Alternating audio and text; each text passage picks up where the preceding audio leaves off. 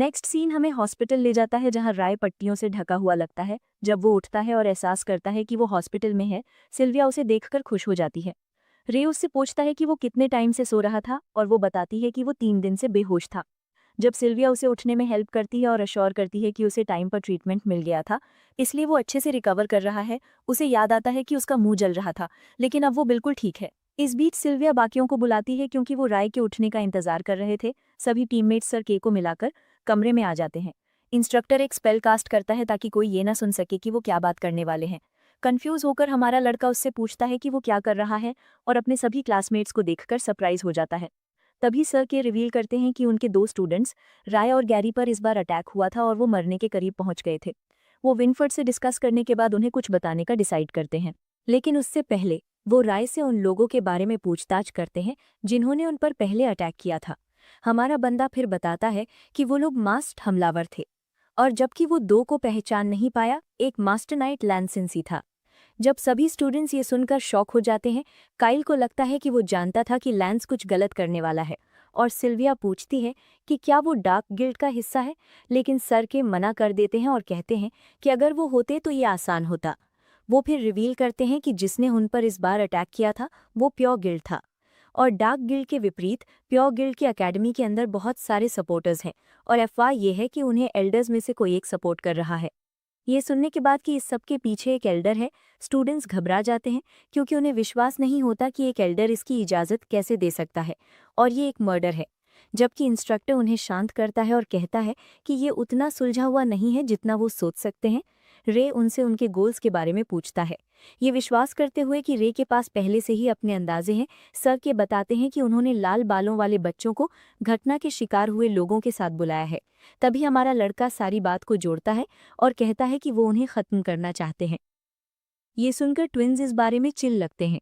Ian घबरा जाता है और काइल, जो घबराया हुआ लगता है, कहता है कि इसका कोई मतलब नहीं बनता क्योंकि भविष्यवाणी के अनुसार उनमें से एक दुनिया का रक्षक बनने वाला है। ये सोचते हुए कि उन्हें मारकर क्या भला होगा, इंस्ट्रक्टर उन्हें भविष्यवाणी के दूसरे हिस्से के बारे में बताता है। टीचर फिर बताता है कि 11 साल पहले भविष्यवाणी ये थी कि लाल बालों वाला बच्चा या तो दुनिया का रक्षक बन सकता है या उसकी बर्बादी का कारण। भविष्यवाणी के कॉन्ट्रडिक्टरी होने के साथ हमेशा से ऐसे नाइट्स रहे हैं जो जन्मसिद्ध अधिकार और वंश को सबसे ऊपर रखते हैं।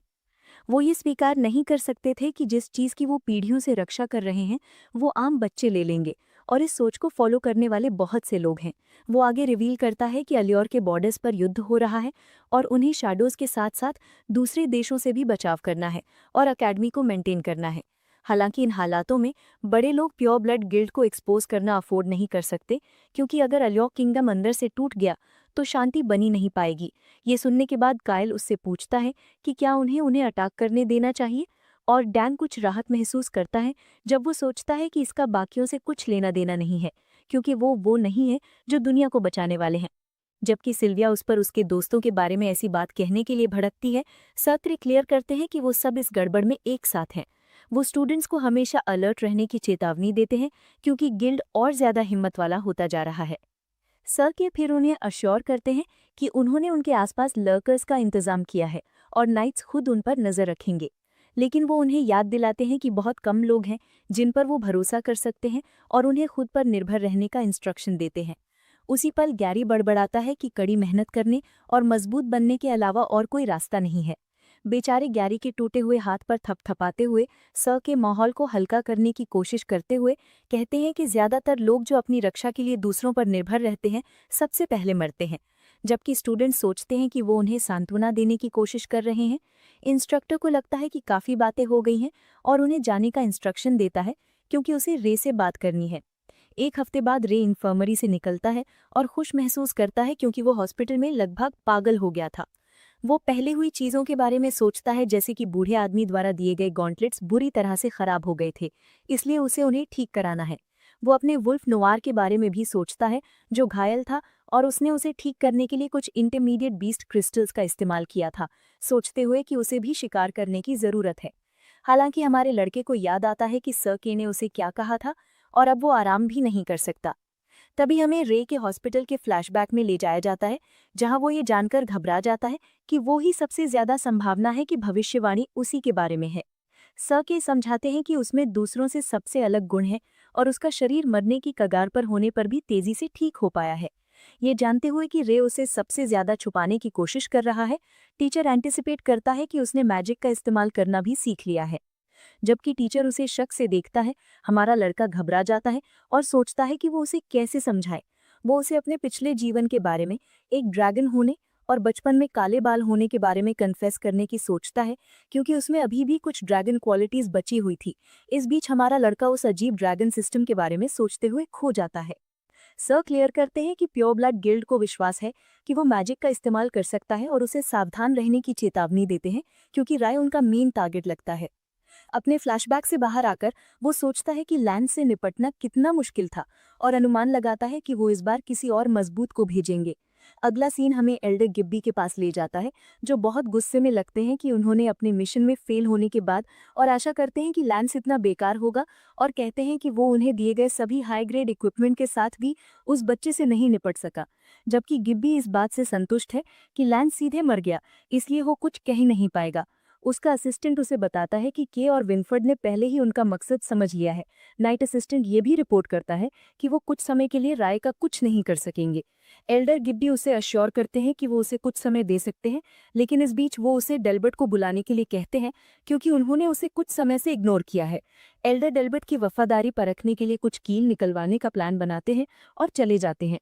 उसके बाद रे अकेडमी पहुंचता है और मंक और गैरी उसका स्वागत करते हैं। पूछने पर कि वो फिर से चोट खा गया है, राय कहता है कि उसने मार्शल आर्ट्स क्लब में बूढ़े आदमी से लड़ाई की।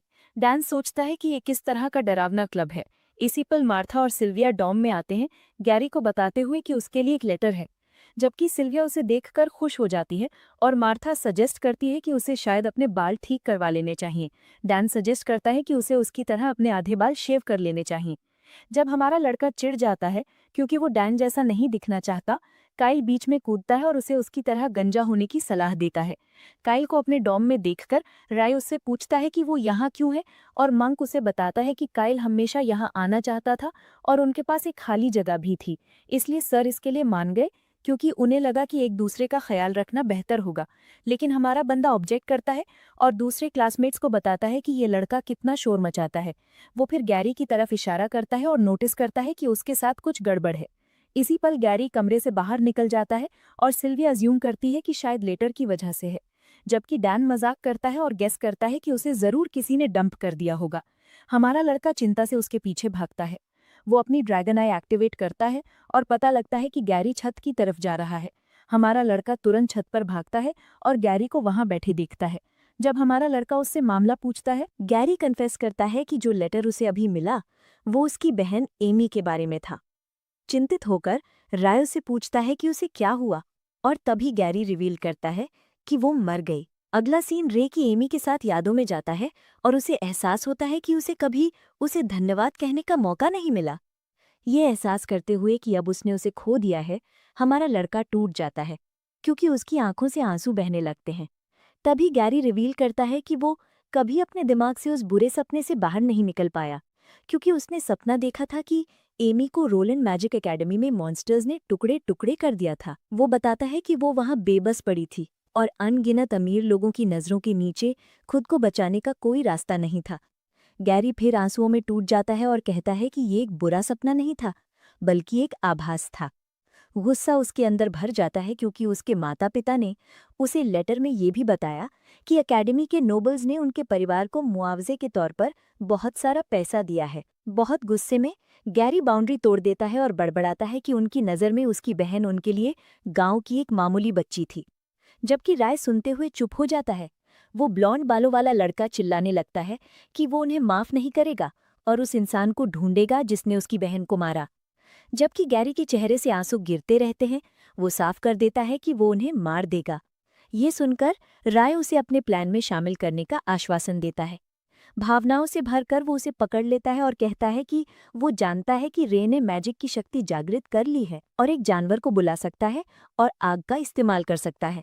लड़का उसे अपना मैजिक एल्डर्स को दिखाने के लिए कहता है और वो उसे एकेडमी में ट्रांसफर कर देंगे।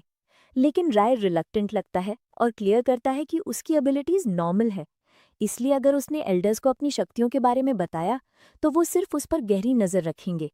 हमारा लड़का उसके कंधे पर थपथपाता है और कहता है कि वो उसे अकेला नहीं छोड़ना चाहता। वो फिर एवन को एक साथ छोड़ने का रास्ता ढूंढने का प्लान बनाता है। लेकिन गैरी को ये लगभग असंभव लगता है, क्योंकि वो अकेडमी नहीं छोड़ सकते और ग्रेजुएट होने के बाद 2 साल तक वॉलंटियर भी करना पड़ेगा। तभी राय खुलासा करता है कि अकेडमी टूर्नामेंट जल्द ही आने वाला है, और अगर वो पहले कुछ रैंक्स में आने में कामयाब हो जाते हैं तो वो वर्ल्ड कॉम्बैट टूर्नामेंट में अकेडमी को रिप्रेजेंट कर पाएंगे। इस तरह वो रोलैंड के लोगों से मिल पाएंगे, और गैरी जिद से उसके साथ सहमत हो जाता है। अगला सीन हमें 3rd ईयर के डॉर्म्स में ले जाता है, जहां हम ब्लॉन्ड बालों वाले हैरी को दूसरे रूममेट्स के बारे में पूछते हुए देखते हैं। डॉर्म में अकेले बैठे लड़के ने उसे बताया कि सब अकेडमी टूर्नामेंट की तैयारी कर रहे हैं। ये मानते हुए कि ये वही सीजन है, हैरी पूछता है कि क्या कोई उम्मीदवार है, लेकिन लड़का मना कर देता है और उम्मीद करता है कि 2nd ईयर्स में कुछ इंटरेस्टिंग न्यूबीज होंगे। अगला सीन हमें टूर्नामेंट प्रैक्टिस में ले जाता है, और काइल गैरी को देखता है जो हाल ही में कड़ी मेहनत कर रहा है। चिंतित होकर मंक राय से पूछता है कि क्या उसे कुछ हुआ है, और हमारा लड़का उसे अभी के लिए कुछ स्पेस देने के लिए कहता है। दूसरी तरफ गैरी, जो अपना सब कुछ दे रहा लगता है, सोचता है कि वो बहुत कमजोर है और अपनी तलवार जमीन पर पटक देता है। इस बीच सर के पीछे से आते हैं और उन्हें उनके पीछे आने का इंस्ट्रक्शन देते हैं, क्योंकि उनके पास उनके लिए कुछ अच्छा है। टीचर उन्हें वो इक्विपमेंट दिखाने ले जाते हैं जो उन्होंने ठीक करवाए हैं, उन्हें हर एक को एक चुनने के लिए कहते हुए। स्टूडेंट्स हंटिंग ग्राउंड से लाए गए इक्विपमेंट को देखकर हैरान रह जाते हैं और वो वेपन चुनना शुरू कर देते हैं। जबकि मंक ब्रेस्ट प्लेट देखकर एक्साइटेड हो जाता है। काइल पूछता है कि क्या वो भी एक चुन सकता है, और कहता है कि जब उन पर अटैक हुआ तो वो हेल्प नहीं कर पाए। सर के उसे वेपन लेने देते हैं और बताते हैं कि टूर्नामेंट एक अच्छा मौका है, क्योंकि सभी 2nd ईयर्स ज्वाइन कर सकते हैं। वो फिर रिवील करते हैं कि परंपरा के अनुसार बहुत से अमीर परिवार टूर्नामेंट देखने आते हैं, और अगर वो टूर्नामेंट में अच्छा परफॉर्म करते हैं तो इसकी बहुत ज़्यादा पॉसिबिलिटी है कि वो उन्हें नोटिस करेंगे, और कहते हैं कि अकेडमी छोड़ने के बाद वो उनके गार्ड्स में से एक बन सकते हैं, जो एक काफ़ी अच्छी डील है। ये सुनकर गैरी ये एहसास करके हैरान रह जाता है कि अगर वो अच्छा परफॉर्म करने में कामयाब हो जाता है तो वो एक नोबल परिवार का गार्ड बन सकता है, और एक मुस्कान देता है। उसके बाद रे लैंसी की तलवार पकड़ता है, और सर के उसे बताते हैं कि इस तलवार को ज्यादा नुकसान नहीं हुआ था, लेकिन इसने आग की मैजिक को चैनल करने की क्षमता खो दी है, और अभी एक बिगिनर्स वेपन है। उसे कुछ और चुनने का सुझाव देते हुए तभी हमारा लड़का याद करता है कि उसने तलवार से सारे फायर एलिमेंट्स अब्जॉर्ब कर लिए थे, और सोचता है कि एलिमेंट्स को अब्जॉर्ब करना उसके सोच से ज्यादा उपयोगी है। वो फिर एक हंटिंग फॉरेस्ट जाता है और एक ऐसी जगह ढूंढता है जो बर्फ से ढकी हुई लगती है। वो उस बर्फीले जगह के अंदर जाता है जहां मॉन्स्टर्स एरिया की रक्षा कर रहे होते हैं। वो ची और फ्लेम मैजिक जमा करता है, मॉन्स्टर्स को मारता है। वहां बहुत से आइस एलिमेंटल गोलम्स देखकर राय खुश महसूस करता है, ये सोचकर कि मेहनत रंग लाई, और नुआर को बाईं तरफ वालों का ख्याल रखने का इंस्ट्रक्शन देता है। अगला सीन 3 हफ्ते बाद एवरी नाइट एकेडमी टूर्नामेंट्स के दिन का है, और ये दूर दूर से आए लोगों से भरा हुआ लगता है। वेटिंग हॉल में सभी स्टूडेंट्स बातें कर रहे होते हैं, और मार्था अपने क्लासमेट्स की तरफ दौड़ते हुए आती है और उन्हें बताती है कि इस साल टूर्नामेंट के रूल्स बदल गए हैं। जबकि डैन कंफ्यूज्ड है, सोचते हैं कि ये 1-on-1 डुअल्स हैं। जैसे ही मार्था क्लियर करने वाली होती है, नाइट्स हॉल में एंटर करते हैं। जबकि स्टूडेंट्स टूर्नामेंट्स के लिए एक्साइटेड लगते हैं, एक नाइट 2nd और 3rd ईयर से टॉप 5 स्टूडेंट्स को बुलाता है। जबकि मंक, इयान, डैन, सिल्विया और गैरी आगे बढ़ते हैं, स्टूडेंट्स गॉसिप करना शुरू कर देते हैं, क्योंकि वो सब एक ही डॉर्म रूम से हैं। इस बीच डैन सोचता है कि अगर राय ने अपनी पोजीशन नहीं छोड़ी होती तो वो इसमें नहीं फंसता। हेड नाइट फिर 3rd ईयर के स्टूडेंट्स को बुलाती है, जिसमें 3rd रैंक की लड़की चेरी उसे बताती है कि जीरा मिशन पर बाहर है। वो फिर जे को बुलाती है, और वो एक विशाल मस्कुलर लड़का निकलता है। लड़का अपना परिचय जे ग्री के रूप में देता है और कहता है कि वो चैलेंज किए जाने का इंतजार कर रहा है, जबकि वो एक उत्साहित मुस्कान देता है। जबकि 5वें रैंक वाली लड़की ने उसकी तरफ देखती है और उसे एक बेवकूफ़ कहती है। सबसे मजबूत जे ग्री को देखकर स्टूडेंट्स उसकी एकेडमी में पहला रैंक होने के बारे में बातें करते हैं, और उसे देखकर हैरान होते हैं, क्योंकि उन्होंने उसकी टूर्नामेंट में शामिल होने की उम्मीद नहीं की थी। दूसरी तरफ मंक चिंतित लगता है जब वो गैरी से पूछता है कि क्या वो उन्हें 3rd ईयर के स्टूडेंट से लड़वाएंगे, और डैन उम्मीद खो देता है, सोचते हुए कि वो जीत नहीं सकते। जबकि टॉप 5 3rd ईयर और 2nd ईयर के स्टूडेंट्स इकट्ठे होते हैं, हेड नाइट अनाउंस करती है कि जिक्र किए गए 10 स्टूडेंट्स प्रिलिमिनरीज के पहले राउंड में शामिल नहीं होंगे। ये सुनकर स्टूडेंट्स शॉक हो जाते हैं, और काइल, जो अपने टीममेट्स के बारे में चिंतित था कि वो 3rd ईयर से लड़ेंगे, उसे पता चलता है कि वो अपने रूममेट से लड़ेंगे। उसके बाद हेड अनाउंस करना जारी रखती है कि पहला राउंड एक बैटल रॉयल होने वाला है, जहां थर्ड ईयर्स और सेकेंड ईयर्स एक दूसरे के खिलाफ compete करेंगे, और बताती है कि हर मैच से 5 लोग अगले राउंड में जाएंगे। नाइट फिर इयान को बुलाती है क्योंकि वो एक बड़ा मजबूत लड़का लगता है, और उसकी तरफ एक तीर पॉइंट करती है, स्टूडेंट्स को समझाते हुए कि उनमें से हर एक अरीना में दिए गए लकड़ी के हथियारों का इस्तेमाल कर सकता है और उन्हें 100 हेल्थ पॉइंट्स दिए जाएंगे। वो फिर इयान पर लकड़ी का तीर चलाती है, समझाते हुए कि अगर उन पर अटैक हुआ तो हेल्थ पॉइंट्स कम हो जाएंगे। नाइट समझाती है कि डिफेंड करते समय ची का इस्तेमाल करने से कम डैमेज लगेगा, और एक बार हेल्थ बार 0 हो जाने पर स्टूडेंट्स डिस्क्वालीफाई हो जाएंगे और अरीना से बाहर टेलीपोर्ट कर दिए जाएंगे। वो फिर सेकेंड ईयर्स को तैयार होने और दिए गए स्टोरेज रूम से एक सूटेबल वेपन चुनने का आदेश देती है। बाद में हम सेबेस्टियन को एरिक से फुसफुसाते हुए देखते हैं, जो उसे कहता है कि राय को बाद में स्टेज पर मौका ना दे। इस बीच राय एक लकड़ी की तलवार उठाता है क्योंकि ये उसे बेहतर सूट करती है, और काइल एक चेन उठाता है। उसके बाद एवरी एकेडमी टूर्नामेंट का पहला कंपटीशन शुरू होता है और वे प्रतिभागियों का स्वागत करते हैं। लोगों से भरे स्टेडियम को देखकर काइल और मार्था ओवरवेल्म्ड हो जाते हैं, जबकि सभी नाइट्स और एल्डर्स बैठे होते हैं। उसके बाद एल्डर वॉन राय की तरफ देखते हैं और गर्व महसूस करते हैं क्योंकि आखिरकार उसके लिए अपनी ताकत दिखाने का समय आ गया है। और ठीक वैसे ही पहला मैच शुरू होता है। जैसे ही कंपटीशन शुरू होता है, राय की हैरानी के लिए सभी सेकेंड ईयर के स्टूडेंट्स एक साथ उसकी तरफ कूद पड़ते हैं। अचानक सेबेस्टियन पीछे से अपनी लकड़ी की तलवार से उस पर अटैक करता है, उसके भटके हुए फोकस का फायदा उठाते हुए। और हमारे लड़के को एक बार में एहसास हो जाता है कि वो उसे नीचे गिराने के लिए मिलकर काम कर रहे हैं। एरिक, जो सेबेस्टियन का चेला है, अपनी टीममेट्स को ये सुनिश्चित करने का इंस्ट्रक्शन देता है कि रे डिस्क्वालीफाई हो जाए। पहले उससे बुरी तरह पिटने का गुस्सा मन में रखे हुए सेबेस्टियन इस लाल बालों वाले फ्रीक से अपने हर कर्ज का बदला लेने पर अटल है।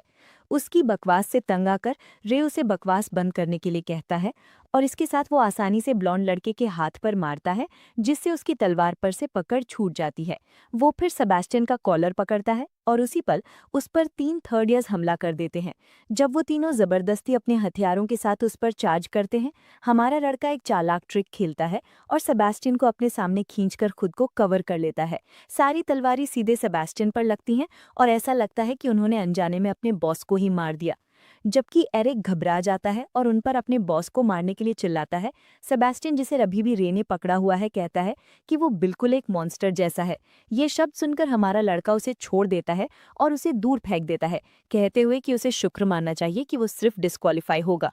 इसके साथ रे उसके पेट में एक दर्दनाक लात मारता है और ब्लॉन्ड लड़का दूर जा गिरता है लुढ़कते हुए, जबकि उसके टीममेट्स का मुंह खुला का खुला रह जाता है।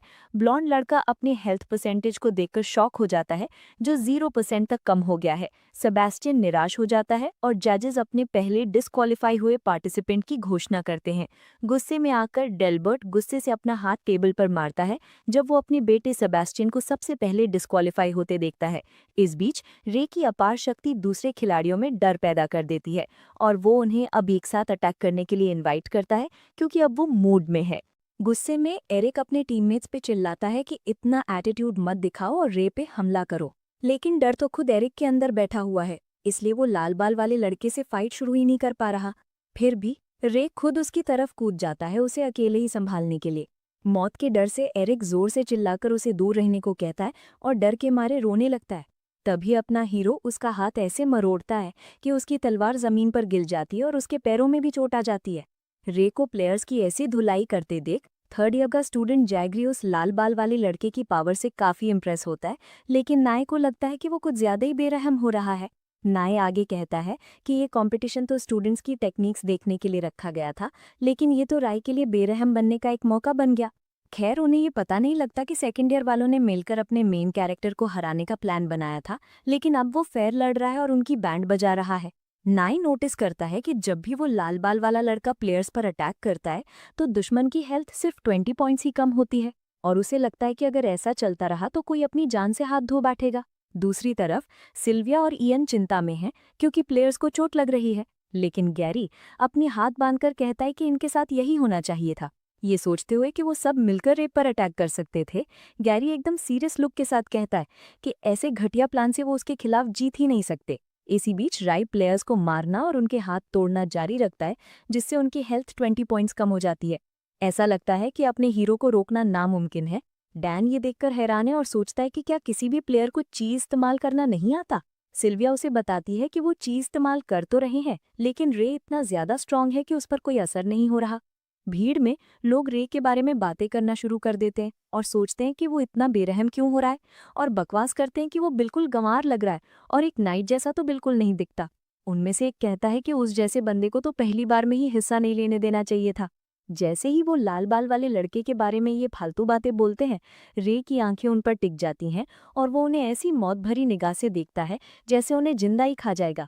उसकी निगाहों को अपने ऊपर महसूस करके वो लोग जिन्होंने उसके बारे में बकवास की थी, उसकी आंखों में मारने का इरादा साफ देख सकते थे, और उन्हें विश्वास नहीं हो रहा था कि उसने उनकी बातें सुन ली।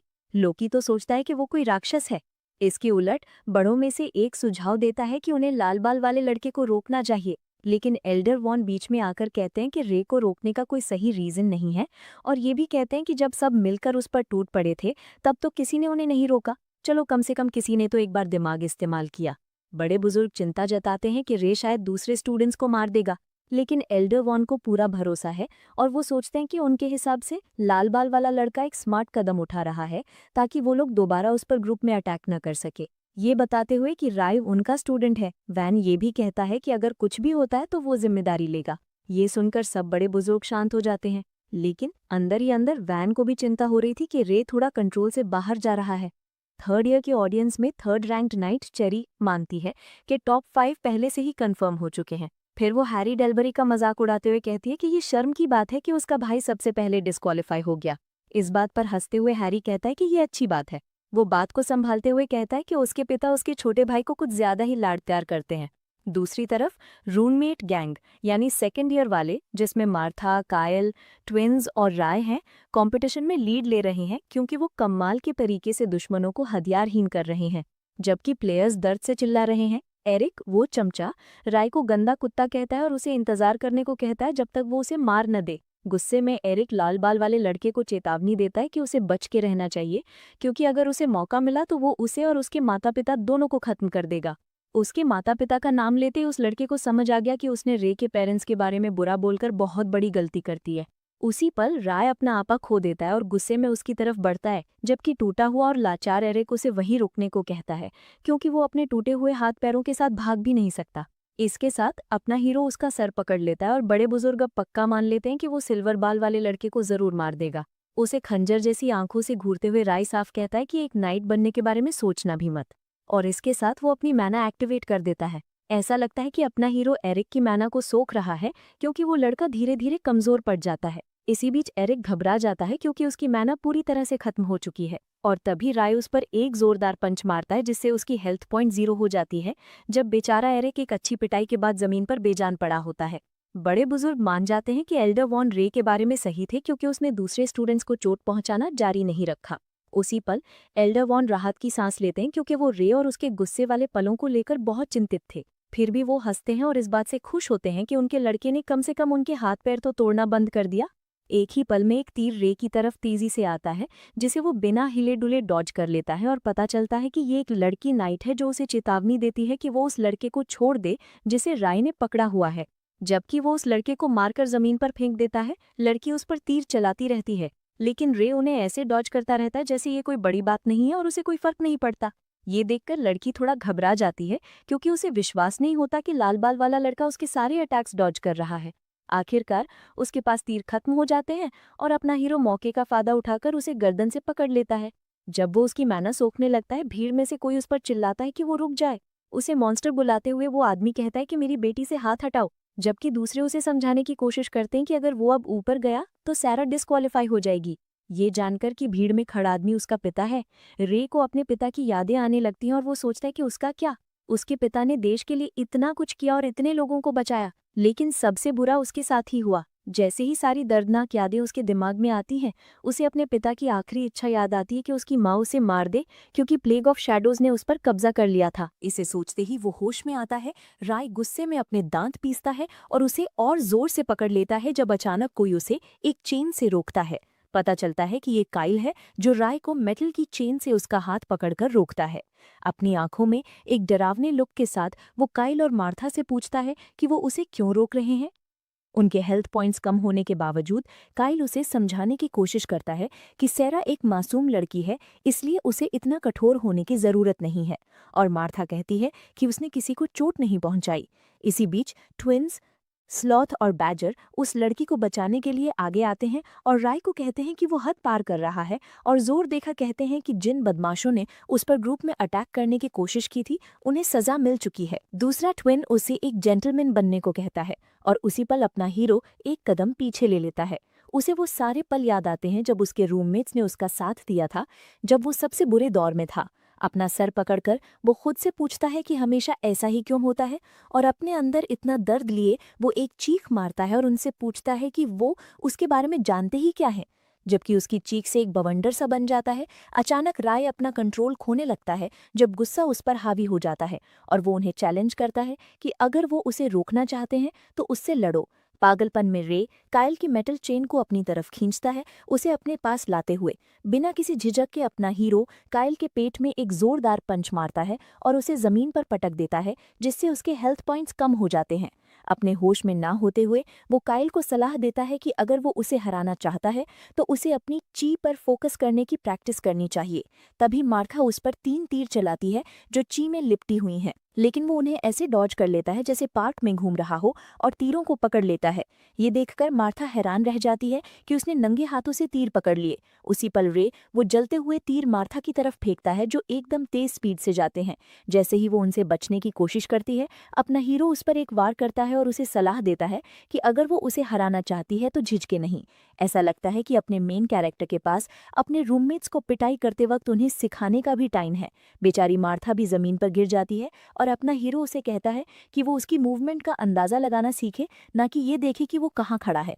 जल्द ही स्लॉथ और बैजर को लगता है कि रे ने अपने दोस्तों को बहुत मार लिया और वो उस पर पीछे से हमला करते हैं। जैसे ही आग अंदर से निकलती है, रे के पागलपन वाली पावर जमीन तोड़ देती है और ट्विन्स पीछे हट जाते हैं क्योंकि वो एक जोरदार ताकत से दूर फेंक दिए जाते हैं। जबकि ट्विन्स ठीक लगते हैं, राय उन्हें सलाह देता है कि वो अपनी चाल प्लान करें, और जैसे ही ट्विन्स एक और हमले के लिए आगे बढ़ते हैं, वो उनसे कहता है कि अपना टाइम बर्बाद ना करें और उन पर हमला कर देता है। वो उन दोनों को मारता है और वो दर्द में जमीन पर पड़े दिखते हैं। ये डरावना नजारा देखकर सैरा मौत के डर से कांप जाती है, उसका चेहरा पीला पड़ जाता है और वो मान लेती है कि रे बेहद ताकतवर है। दूसरी तरफ जैसे ही भीड़ ये सब देख रही है, वो हैरान है कि वो कितना स्ट्रांग है। उन्हें लगता है कि लाल बाल वाले लड़के का कोई मुकाबला नहीं है, बिल्कुल एक राक्षस की तरह। दूसरी तरफ थर्ड ईयर नाई सोचता है कि अगर लाल बाल वाला लड़का रे टॉप 5 में नहीं भी पहुंचा तो टॉप 5 वाले जरूर कुछ अलग ही होंगे। इसी बीच इयान और डैन लोकी पहले ही हार मान चुके हैं। इसके बाद हराने के लिए सिर्फ एक प्लेयर बची है, सैरा, और राय तुरंत उसके पास जाता है। डर से कांपते और उसके पैर थरथराते वो पहली ही हार मान लेती है और जानती है कि वो उसे बिल्कुल नहीं हरा सकती। इसी बीच उसका हाथ ची से ढका हुआ है और सैरा का पिता चिल्ला रहा है, जजिस से उसे रोकने के लिए कहता है क्योंकि उसे लगता है कि वो लड़का उसकी बेटी को मार देगा। सबको हैरान करते हुए अपना हीरो आखिरकार होश में आ जाता है और सैरा के सर पर हल्के से छूता है, जिससे उसके हेल्थ पॉइंट्स कम हो जाते हैं और वो उससे माफी भी मांगता है। सैरा कंफ्यूज हो जाती है जब वो चली जाती है और उसके पिता के साथ भीड़ में दूसरे लोगों को अपनी आंखों पर विश्वास नहीं होता कि कंपटीशन बस ऐसे ही खत्म हो गया और लड़के ने कोई नुकसान नहीं पहुंचाया। इसके बाद कंपटीशन के रिजल्ट्स अनाउंस किए जाते हैं, जिसमें 5 क्वालिफाइंग स्टूडेंट्स जीतते हैं, जिसमें मार्था, रे, स्लॉथ, बैजर और काइल शामिल हैं। कुछ पल बाद अपना हीरो अरीना से चला जाता है और जजेस सबको आराम करने के लिए कहते हैं क्योंकि वो थर्ड ईयर वालों के लिए बैटल रॉयल जारी रखेंगे। दोपहर में बड़े बुजुर्ग रे के परफॉर्मेंस से इम्प्रेस्ड है और उनमें से एक मानता है कि अगर वो किसी दिन रैम्पेज पर चला गया तो बहुत कम लोग उस लड़के को रोक पाएंगे, लेकिन एल्डर वॉन उसके बचाव में बोलते हैं और उम्मीद करते हैं कि राय बहुत से लोगों को बचा पाएगा। इस दौरान नाइट गिलबर्ट मास्टर एल्डर के कान में धीरे से कहते हैं, उन्हें बताते हैं कि उन्होंने स्टूडेंट्स को चेक किया और ये मैना की कमी थी। ऐसा लगता है कि स्टूडेंट्स जल्द ही ची का इस्तेमाल नहीं कर पाएंगे और उन्हें यकीन नहीं है कि वो ठीक हो पाएंगे या नहीं। ये सुनकर मास्टर एल्डर इस बारे में आगे बात न करने का फैसला करते हैं और सोचते हैं कि उनके पास पहले ही बहुत कुछ सोचने को है। रे का इशारा करते हुए ट्रेनिंग रूम के अंदर तलवार टकराने की आवाज कमरे में गूंजती है और स्टूडेंट्स दूसरे साल वालों के दोपहर में ट्रेनिंग में मेहनत करने के बारे में बात करते हैं। पता चलता है कि ये गैरी है जो एक पुतले के साथ जोर से लड़ रहा है और कई हमलों के बाद वो 12वीं लेवल पार कर लेता है और पुतले को हरा देता है। सांस लेते हुए गैरी अपनी ट्रेनिंग से संतुष्ट नहीं है क्योंकि वो रे जितना स्ट्रांग बनने के लेवल पर पहुंचना चाहता है। उसे फिर सरकाई की याद आती है जिन्होंने उन्हें अमीर परिवारों के बारे में बताया था जो टूर्नामेंट देखने आते हैं, और अगर वो टूर्नामेंट में अच्छा करते हैं तो वो नाइट स्टूडेंट्स को नोटिस करेंगे और जब वो अकेडमी छोड़ेंगे तो नाइट्स उनके गार्ड में से एक बन सकते हैं और ये काफ़ी अच्छी डील है। इसके बारे में सोचते हुए गैरी आगे बढ़ने का फैसला करता है क्योंकि वो जो चाहता है उसके लिए काफ़ी नहीं है। उस गोल्डन बाल वाले लड़के को इतने जोशीले इरादे से लड़ते देख चेरी गैरी को पहचान लेती है क्योंकि वो दूसरे साल वालों में पहले स्थान पर है और हैरी से पूछती है कि वो उसके बारे में क्या सोचता है। हैरी कहता है कि दूसरा वाला उस पर ज्यादा सूट करता है, पुतले का इशारा करते हुए, जबकि चेरी गैरी के पीछे पागल है, कहती है कि लड़के का चेहरा अच्छा है और उसे हैरी की याद दिलाती है, जबकि वो हैरी के साथ सहमत होती है कि लड़का बेहतर कर सकता है। हैरी पुतले की तरफ बढ़ता है और अपने चेहरे पर एक चमकदार मुस्कान के साथ वो लेवल 12 एक्टिवेट करता है। बिना ज्यादा मूवमेंट के वो एक ही जगह खड़े होकर पुतले से लड़ता है और अपनी तलवार को बस एक बार झटकता है।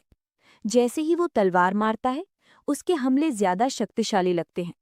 जबकि हैरी प्रभावशाली ढंग से पुतले को हराकर लेवल 12 पार कर लेता है, गैरी नोटिस करता है कि उसने उसकी सारी मूवमेंट्स कॉपी कर ली। इसके बाद हैरी कहता है कि ये उतना मुश्किल नहीं लगता और गैरी समझ जाता है कि वो लड़ना चाहता है। चेरी उनके हाथों में एक शो देखकर उत्साहित हो जाती है और स्टूडेंट्स एक क्रॉस ग्रेड फाइट देखकर हैरान हो जाते हैं। उसी पल सिल्विया गैरी को ढूंढने के लिए तेजी से आती है और उसे कहती है कि एक अच्छी जगह ले लो क्योंकि कंपटीशन शुरू होने वाला है। उसे हाथ से खींचकर ले जाती है। जब बेचारा गैरी उसके द्वारा खींचा जा रहा होता है, वो उससे रुकने के लिए कहता है, जबकि हैरी थोड़ा सा हंस देता है। उसे बाहर खींचकर गैरी उससे पूछता है कि उसने उसे क्यों रोका, और सिल्विया उसे बेवकूफ बुलाते हुए उसे कुछ समझदारी देती है। कहती है कि अगर वो रिंग के बाहर लड़ता तो उसका हिस्सा लेने का अधिकार रद्द हो सकता था।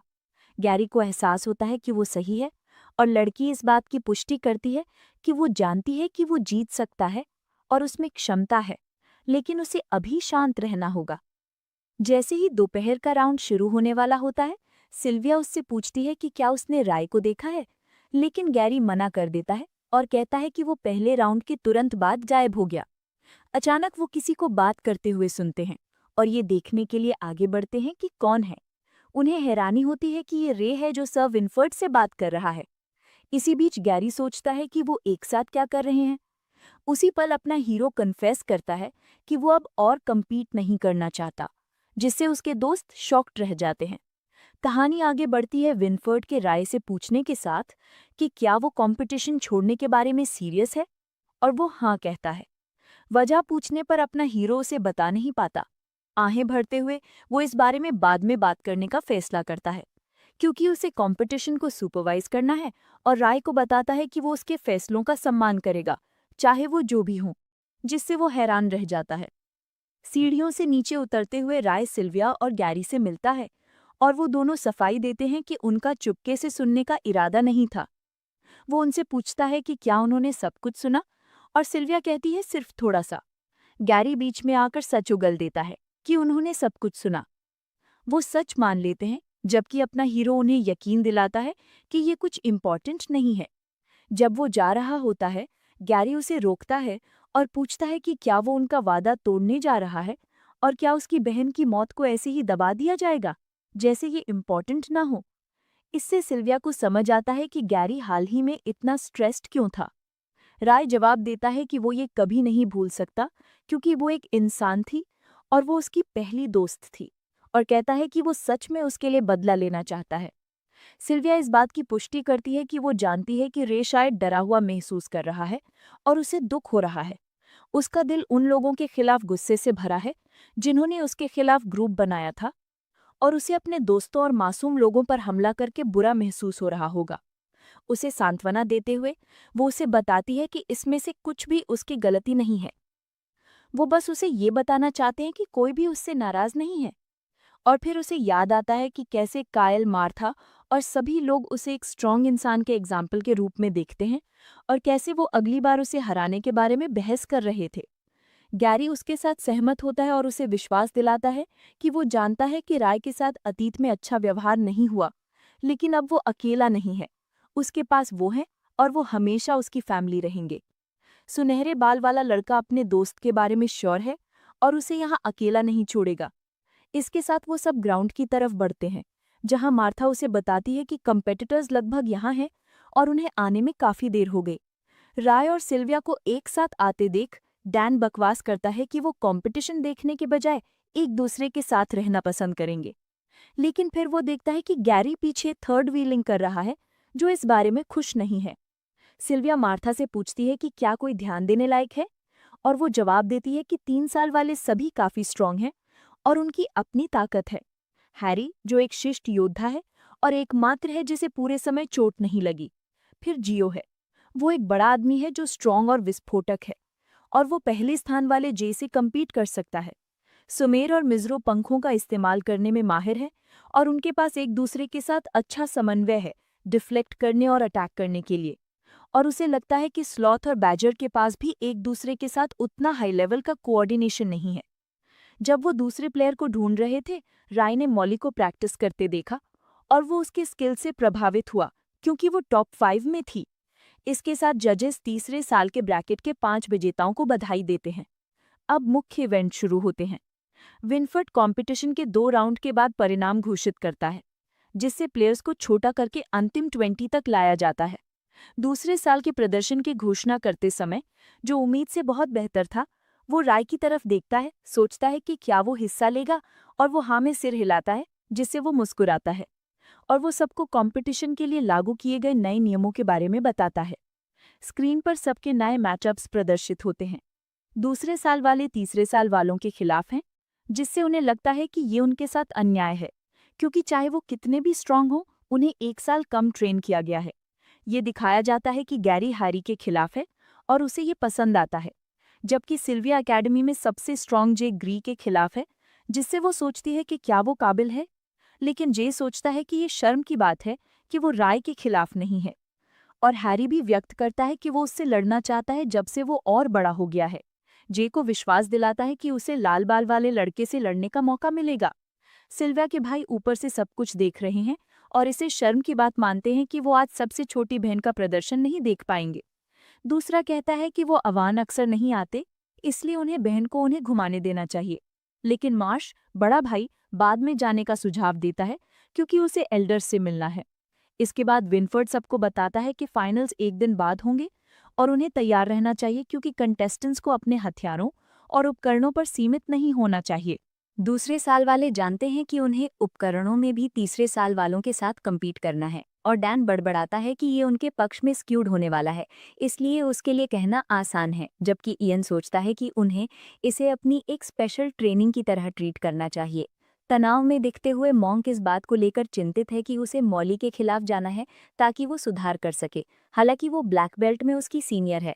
अपना हीरो जिरा के खिलाफ है, जो अभी तक दिखा नहीं है, और वो सोचता है कि ये ठीक है क्योंकि वो किसी ऐसे व्यक्ति के खिलाफ लड़ते हुए ज्यादा आराम कर पाएगा जो दूसरे साल का नहीं है। जैसे ही सूरज ढलने वाला होता है, राय गैरी और दूसरों से पूछता है कि क्या वो वापस नहीं जा रहा, लेकिन गैरी उसे बताता है कि वो कुछ और ट्रेनिंग करने जा रहे हैं। उसे तेजी से ट्रेनिंग करते देख अपना हीरो जानता है कि ये फाइट वो है जिसे वो हार नहीं सकता, क्योंकि हैरी बहुत स्ट्रांग है, इसलिए वो अपने दोस्त के जीतने की उम्मीद करता है। कहानी राय और विनफ्रेड के बीच हुई बातचीत के फ्लैशबैक से आगे बढ़ती है। जो खुश है कि उसने अपना मन बदल लिया और राहत महसूस कर रहा है, वो कहता है कि ये कुछ नहीं है और ये बस इसलिए है क्योंकि उसके दोस्त उसके लिए झगड़ रहे थे। फिर वो विनफ्रेड से पूछता है कि क्या उसे कुछ और जानने की ज़रूरत है, जिस पर नाइट कहता है कि वो उसे ज़्यादा नहीं बता सकता, लेकिन संक्षेप में खुलता है कि टॉप 10 विजेताओं को वर्ल्ड कॉम्बैट टूर्नामेंट में अवान का प्रतिनिधित्व करने का अधिकार होगा। ये लाल बाल वाले लड़के को झटका देता है क्योंकि उसे याद है कि केवल 5 विजेता हैं, लेकिन विनफ्रेड का डर सच हो जाता है जब वो उसे बताता है कि इसका संबंध प्योर ब्लड गिल्ड से है और एल्डर्स इसकी घोषणा कंपटीशन के बाद करेंगे। वो नहीं चाहता कि राय कम से कम इस मौके को जाने दे, और अपना हीरो बात समझ जाता है। वर्तमान में आते हुए अपने हीरो ने सोचा नहीं था कि ये कंपटीशन इतनी परेशानी पैदा करेगा, सोचते हुए कि प्योर ब्लड गिल्ड आगे क्या करेगा, जब अचानक वो एक स्लिप पर ठोकर खाता है जिस पर लिखा था, मुझसे अरीना में 9 बजे मिलो। जैसे ही वो इसे पढ़ता है, उसके दिमाग में दुबई घूमता है, महसूस करता है कि ये एक जाल है। उसे याद है कि सर के और विनफ्रेड ने उसे अपने आप कोई कार्रवाई न करने के लिए कहा था, लेकिन यही एकमात्र तरीका है जिससे वो अपनी क्षमताओं का स्वतंत्रता से उपयोग कर सकता है। आसपास देखते हुए अपना हीरो मान लेता है कि वो प्योर ब्लड गिल्ड या डार्क गिल्ड के बारे में कुछ नहीं जानता। इसलिए उसे जानकारी ढूंढनी होगी ताकि वो अपने पिता के बारे में सुराग ढूंढ सके। ड्रैगन आई का उपयोग करते हुए वो फैसला करता है कि जो भी हो पकड़ेगा, भले ही ये एक जाल हो। तभी हम देखते हैं कि जेगरी उसके पीछे से आ रहा है, जो इसे रे को देखने का एक संयोग मानता है और आखिरकार उसे बात करने का मौका मिलता है, क्योंकि सुबह के लोग देखने में सचमुच बदसूरत थे। पता चलता है कि ये सबसे स्ट्रॉन्ग थर्ड ईयर जेगरी है और रे उससे पूछता है कि क्या वो प्योर ब्लड गिल्ड से है। कंफ्यूज दिखते हुए जे अपने असली इरादे जाहिर करता है और कहता है कि वो बस उसके साथ लड़ना चाहता है, क्योंकि उन्हें कंपटीशन में लड़ने का मौका नहीं मिलता। जबकि जे जोर देता है कि उन्हें अभी लड़ना चाहिए। अपना हीरो सम्मान से मना कर देता है क्योंकि उसे लड़ने का मन नहीं है, जिससे जे गुस्सा हो जाता है। निराश होकर रे ने सोचा था कि उसके पास एक क्लू है, लेकिन वो तो एक मस्खरा निकला जिसके पास बहुत फालतू टाइम था। जे का जिक्र करते हुए अपना हीरो जो दूसरी दिशा में खड़ा है, अचानक जे द्वारा हमला किया जाता है, जो अपनी बड़ी सी तलवार एक जोर की आवाज के साथ मारता है। लेकिन उसकी हैरानी का ठिकाना नहीं रहता जब रे हमले को रोक लेता है, क्योंकि वो अपने ड्रैगन टर्टल गॉन्टलेट्स की मदद से हथियार पकड़ लेता है। अचानक हुए हमले से डरकर वो जे से पूछता है कि क्या वो पागल है, और साफ करता है कि वो लड़ना नहीं चाहता। तभी जे को एहसास होता है कि उसके शक सही हैं और रे की ताकत हंसी में उड़ाने लायक नहीं है। जैसे ही जे उत्साह से कहता है कि कोई भी उससे ये हमला ऐसे नहीं ले सकता और अपने हीरो को इससे कोई फर्क नहीं पड़ता दिखता, लेकिन जे दूसरी बार तलवार से हमला करता है, जिससे राय जोर से दूर जाकर गिरता है। अपना हीरो जमीन पर टिक जाता है क्योंकि उसके गॉन्टलेट्स उससे रगड़ते हैं और वो चौंक जाता है, सोचते हुए कि जे एक मोटारस जितना ताकतवर है। जबकि ऐसा लगता है कि रे के पास उससे लड़ने के अलावा कोई चारा नहीं है, क्योंकि वो उसे तब तक नहीं जाने देगा जब तक वो उसे हरा न दे। अचानक उसकी नज़र जे के पीछे खड़े किसी पर पड़ती है। इसी बीच जे उस पर आने के लिए जोर देता है। अपना हीरो तुरंत समझ जाता है कि मास्क वाला आदमी प्योर ब्लड गिल्ड से है। जैसे ही उसे एहसास होता है, राय के अंदर गुस्से की एक चिंगारी दौड़ जाती है और अपनी निगाह उस पर टिकाए हुए अचानक वो ची का इस्तेमाल करते हुए जे को रास्ते से हटा देता है, जब वो उस पर एक पंच मारता है। इसके बाद राय मास्क वाले आदमी की तरफ उछलता है और उस पर एक जलता हुआ हमला करता है, लेकिन उसका हमला जैसे ही मास्क वाले आदमी के भाले से टकराता है, गायब हो जाता है। अपने हमले को हवा में गायब होते देख अपना हीरो अनुमान लगाता है कि उस भाले में कुछ तो है। जल्द ही उन्हें बड़ा सा आदमी जे इंटरप्ट करता है, जो गुस्से में है और मास्क वाले आदमी से पूछता है कि वो कहाँ से आया, उसे सिखाते हुए कि एक स्पार में दखल नहीं देना चाहिए, सोचते हुए कि ये बड़ा आदमी कितना बड़ा न्यूसेंस है। जे एक होने का सबूत देता है जब वो मास्क वाले आदमी को लड़ने के लिए चैलेंज करता है, और उसी पल वो इशारा करता है जब वो अपना हाथ हिलाता है, जिससे उसके दूसरे साथी सीन में एंटर हो जाते हैं। मास्क वाले साथी रे को घेर लेते हैं, जबकि जे लीडर के साथ लड़ता है और सोचता है कि दोस्त लाना काफी अनप्रोफेशनल है, लेकिन उसे ये पसंद है। इसी बीच अपना हीरो जे से तंग आ चुका है और निष्कर्ष निकालता है कि वो मक्खियों से भी ज्यादा परेशान करने वाला है। रे फिर हार लेकर उछलता है, लेकिन रे उसे डॉज कर लेता है जब वो ऊपर की तरफ उछलता है, और एक पल में वो हवा में गायब हो जाता है। जबकि साथी ये देखकर हैरान रह जाते हैं कि वो कहाँ गया।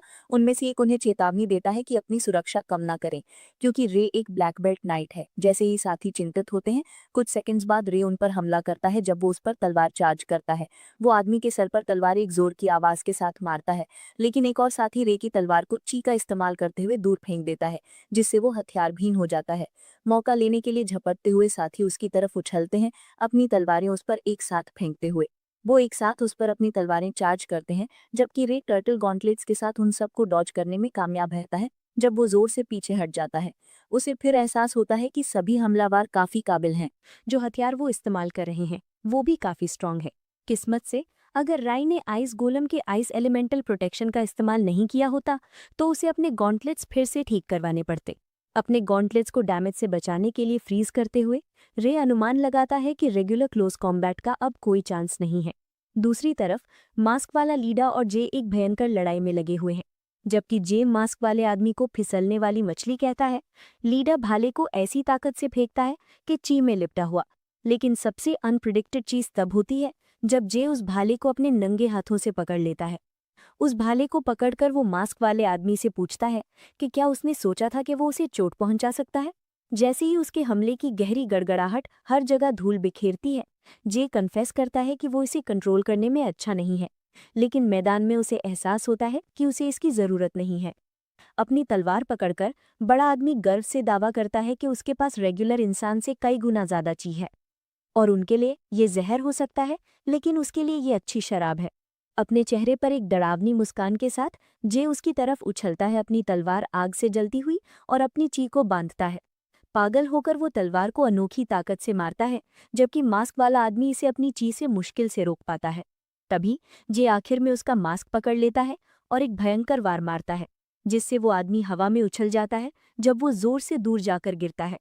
उसी पल उस दिमाग हिला देने वाले हमले के बाद के प्रभाव एक बड़े विस्फोट में बदल जाते हैं, जिसे देखकर रे भी काफी शॉक्ड हो जाता है, सोचते हुए कि क्या ये सच में एक ऐसी शक्ति है जो इंसान के पास हो सकती है। इसी बीच जे आदमी का मास्क पकड़े हुए कहता है कि उसका हथियार काफी अच्छा है कि वो उसे एक हमला सह सका। मास्क फेंकते हुए जे आदमी का मजाक उड़ाता है कि वो उतना स्ट्रांग नहीं है, जबकि वो आदमी जिसे उसने बुरी तरह पीटा था अभी भी खड़ा हो पाता है। उसकी हैरानी का ठिकाना नहीं रहता जब वो आदमी जीरा निकलता है। हंसते हुए जे अपने क्लासमेट जीरा को देखकर ज्यादा हैरान नहीं लगता, जो तीसरे साल का भी है, और उसे ताना मारता है कि उसने इन सालों में बहुत सी चीजें छिपाई हैं। जीरा उस पर काफी गुस्सा दिखता है, और अब जब वो एक्सपोज हो गया है, उसके अंदर गुस्सा उबलता है जब वो जे पर हमला करने के लिए उछलता है। लेकिन बड़ा आदमी इसे अपनी तलवार से एक जोर की आवाज से रोकता है।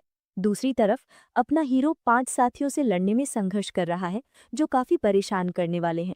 लेकिन उसे इस बात से राहत महसूस होती है कि कम से कम जे उसे लीडर को व्यस्त रखने में मदद कर रहा है, सोचते हुए कि वो इसके लिए उसका एक एहसानमंद है। जबकि वो एक दुश्मन का हाथ फ्रीज करता है, दूसरा उस पर हमला करने के लिए झुकता है, लेकिन रे एक बार फिर गायब हो जाता है। छिपते हुए अपने हीरो को अपनी माना रिकवर करने के लिए समय खींचना है, ताकि वो उनसे आसानी से निपट सके, और ऊपर चढ़ जाता है ताकि कोई उसे देख ना पाए। साथ ही एक दूसरे को चेतावनी देते हैं कि राय उन पर हमला ना करने दे, और वो उसे बुलाते हैं, कहते हैं कि वो जानते हैं कि वो और नहीं टिक सकता, इसलिए अगर वो अभी बाहर आ जाता है तो वो चीजें उसके लिए जल्दी और दर्द रहित बना सकते हैं। दूसरी तरफ जे फिर से एक जोरदार ताकत से हमला करता है, लेकिन जेरा उसे डॉज कर लेता है जब वो पीछे झुक जाता है। इसके बाद जे उससे पूछता है कि वो और कितनी देर छिपेगा, और उसी पल जेरा अपने कवर से कुछ बाहर फेंकता है, जो एक पोशन की बोतल जैसा लगता है। जैसे ही वो उसे खोलता है, जेगरी कंफ्यूज हो जाता है कि वो क्या कर रहा है, और रे ये सब ऊपर से देखते हुए समझ जाता है कि ये क्या है। जैसे ही उसकी आंखें खुली की खुली रह जाती हैं, पता चलता है कि ये प्लेग ऑफ शैडोज है, और जेरा उस पर्पल पोशन को गटक जाता है, और एक अजीब पर्पल ऑरा उसे घेर लेती है। जे महसूस कर सकता था कि उसकी ची में कुछ गड़बड़ है, और एक तनावपूर्ण पल सामने आया जब एक पर्पल ऑरा अंदर से निकली और जीरा ने कंट्रोल खो दिया, एक भयंकर राक्षस में बदल गया। अचानक से रे चिल्लाता है और जे को सावधान रहने की चेतावनी देता है। अचानक से स्ट्रांग होकर जीरा, जो अब प्लेग ऑफ शैडोज में बदल चुका है, जे की तरफ उछलता है, उस पर भार्चा चार्ज करते हुए। ये नोटिस करते हुए कि वो अजीब तरह से स्ट्रांग है, जे लोकी डर जाता है और डॉज करने की जरूरत महसूस करता है। लेकिन इससे पहले कि वो कोई कार्रवाई कर पाता, जेरा उसके सीने में भार्चा घूम देता है। खून बहते हुए जे हैरान रहता है, क्योंकि वो अनुमान लगाता है कि उसकी स्पीड और डैमेज अभी से कम 10 गुना ज्यादा है। उसे एहसास होता है कि अगर वो जेरा से एक और हमला डॉज नहीं करता तो चीजें गड़बड़ हो जाएंगी। चिंतित होकर रे नीचे की परेशानी को महसूस करता है और सोचता है कि अगर वो जल्दी इन साथियों से नहीं निपटा तो बाजी पलट जाएगी। इस दौरान साथियों में से एक लाल बाल वाले बच्चे को देख लेता है और उसे मारने के लिए उसकी तरफ उछलता है, लेकिन अपना हीरो साफ कर देता है कि उसके पास अब उसके साथ खेलने का समय नहीं है, और उसे बुरी तरह पीटता है जब वो उसे अपने जलते हुए गॉन्टलेट से मारता है। इसी बीच जेरा लगातार जे पर हमला करता रहता है, और उसे ये कहकर मजाक उड़ाता है कि वो उतना स्ट्रांग नहीं है जितना सब कहते हैं। जैसे ही उसे चोट लगती है, वो खुद को संभालता है, और वो अपनी तलवार जमीन पर टिकाता है ताकि वो दूर जाकर गिरने से बच सके। कांपते हुए जे कहता है कि उसे डिफेंसिव साइड पर रहने की आदत नहीं है, और उसमें अभी भी कुछ ताकत बची है। जेरा निष्कर्ष निकालता है कि यही उसकी कहानी का अंत है। उसे मरने के लिए कहते हुए शैडो मॉन्स्टर उसकी तरफ अपना भार्चा चार्ज करके बढ़ता है। असहाय महसूस करते हुए जे का शरीर कठोर हो जाता है, क्योंकि वो ना तो डॉज कर पा रहा है, ना ही हिल पा रहा है। जबकि ऐसा लगता है कि ये बड़े आदमी का अंत है, जेरा भार्चे को इमेंस पावर से मारता है। लेकिन रे सही समय पर प्रकट होता है, जब वो भार्चे को अपने फ्रोजन गॉन्टलेट से पकड़ लेता है, जो उसे रोक देते हैं। सोचते हुए ये कैसे मुमकिन है, जेरा अपने साथियों की तरफ झांकता है और देखता है कि वो बेहोश हैं, जिससे वो और भी हैरान हो जाता है कि लाल बाल वाले बच्चे ने 5 एलीट से अकेले ही निपट लिया। मौका लेते हुए रे फ्लैश फ्रीज का इस्तेमाल करके डर को जमाने की कोशिश करता है, लेकिन जीरा भार्चा छोड़कर पीछे कूद जाता है। तभी जेगरी, जो बुरी तरह घायल है और खून बह रहा है, रे को उसे बचाने के लिए धन्यवाद देता है, जबकि अपना हीरो उसे यकीन दिलाता है कि बाकी सब उस पर छोड़ दे। जे फिर उसे अपने हथियार से सावधान रहने की चेतावनी देता है, जो एक क्रैब स्पाइडर डीमन के कवच से बना है, और कहता है कि ना सिर्फ कठोर है और डैमेज रिफ्लेक्ट करता है, बल्कि इसमें न्यूरोटॉक्सिन भी है जो उसे चोट लगने पर उसे पैरालाइज कर सकता है। इसको ध्यान में रखते हुए रे जीरा से जल्दी निपटने के बारे में सोचता है और इसके साथ वो ची रिलीज करता है, जिससे वो आग से जल उठता है। फाइट जारी रहती है और अपना हीरो उसके तेजी से आते हमलों को डॉज करता रहता है। एक ही पल में जीरा आखिर में रे को पकड़ लेता है और ऐसा लगता है कि उसका हथियार थोड़ा झुक जाता है, उस पर बर्छा मारता है और उसे दूर फेंक देता है। जोर से फेंके जाने पर जीरा से लड़ना बहुत शक्तिशाली लगता है, क्योंकि रे फैसला करता है कि उसका हथियार रूप भी बदल सकता है। इसके अलावा उसकी छाती का कवच भी टूट गया है और उसके गॉन्टलेट्स ने इतने हमले रोके हैं कि वो अब कुछ नहीं कर सकते। हाँफते हुए वो सोचता है कि उसे एक बार फिर चोट लगने पर पैसिव होना पड़ेगा, क्योंकि उसे अपनी तलवार वापस उठानी है। तभी जेगरी उसे बुलाता है और ये जानकर कि वो एक हथियार ढूंढ रहा है, वो अपनी तलवार रे की तरफ फेंकता है, उसे अपना बेबी इस्तेमाल करने की अनुमति देता है, अपने हथियार का जिक्र करते हुए। जैसे ही अपना हीरोज बड़ी सी तलवार को पकड़ता है, वो उसके भारी होने के कारण थोड़ा डर जाता है। वजन ना सह पाने के कारण रे को पसीना आने लगता है जब तलवार जमीन पर गिर जाती है। जबकि अपना हीरो उसके वजन से हैरान है, जे मानता है कि ये सच में भारी है और उसे इसे घुमाने की सलाह देता है। अपनी चीख का इस्तेमाल करते हुए रे के पास इसे घुमाने के अलावा कोई चारा नहीं लगता, वरना वो दोनों यहाँ मर जाएंगे। जैसे ही आग निकलती है, अपना हीरो तलवार को पकड़ने और जीरा की तरफ मारने में कामयाब रहता है। तलवार उसके बर्छे से टकराती है और जीरा बड़बड़ाता है कि ये बेकार है, ये बताते हुए कि उसका बर्छा स्वाभाविक रूप से इस तरह के भारी हथियारों के खिलाफ स्ट्रॉन्ग है। उसी पल उनके बीच की हवा में तनाव के साथ क्रैकल और फिज होने लगती है, जब रे आइस पावर्स का इस्तेमाल करता है और तलवार जमने लगती है। इसी बीच ये जीरा को डराता है कि तलवार के साथ क्या हो रहा है, क्योंकि बर्छे का किनारा जमने लगता है। आइस एलिमेंटल पावर्स का इस्तेमाल करते हुए जीरा का बर्छा, जो तलवार के खिलाफ पकड़ा हुआ है, वो भी जम जाता है और टुकड़ों में टूट जाता है। उसकी तो हालत खराब हो जाती है जब वो देखता है कि उसका हथियार टुकड़े टुकड़े हो गया है। लेकिन सबसे बुरा तो अभी होना बाकी था, जब रे आखिरी बार तलवार घुमाता है और उसे घोंप देता है और खून इधर उधर फैल जाता है। जहां जीरा का बुरा अंजाम होता है, वहीं जे रे की तारीफ करता है उसके जबरदस्त अटैक के लिए। उसके बाद बर्फ से ढकी तलवार की धार जमीन पर पटकने से टूट जाती है। अपनी किस्मत को अच्छा मानते हुए अपना बंदा जोर जोर से हाँफता है और सोचता है कि इस एक ही वार में उसने अपनी लगभग सारी ताकत लगा दी थी, और अगर ये काम नहीं करता तो वो ये लड़ाई हार जाता। इसके साथ ही राय मैना साइफनिंग का इस्तेमाल करके जीरा का मैना अब्जॉर्ब करने की कोशिश करता है, लेकिन सिस्टम उसे बताता है कि वो ऐसा नहीं कर सकता क्योंकि टारगेट इन्फेक्टेड है। तभी उसे समझ आता है कि जीरा प्लेग ऑफ शैडोज से इन्फेक्टेड है, बल्कि ऐसा लगता है कि उसने जानबूझकर खुद को इन्फेक्ट किया था उस शीशी से पीने के बाद, जिससे उसकी चीप पर्पल ब्लैक हो गई थी। उसके दिमाग में एक शक पैदा होता है जब रे सोचता है कि ये तो बिल्कुल डार्क गिल्ड के लोगो जैसा है। ये जानते हुए कि प्योर ब्लड गिल्ड और डार्क गिल्ड अलग अलग ऑर्गेनाइजेशंस हैं, वो अंदाजा लगाता है कि प्योर ब्लड वालों ने किसी तरह वो अजीब सा पोषण हासिल कर लिया है, जिससे वो सोचने लगता है कि क्या इनका आपस में कोई कनेक्शन है। खैर, ड्रैगन सिस्टम उसे बताता है कि राय ने एक नई एबिलिटी अनलॉक की है, जिसका नाम है ग्लैमर।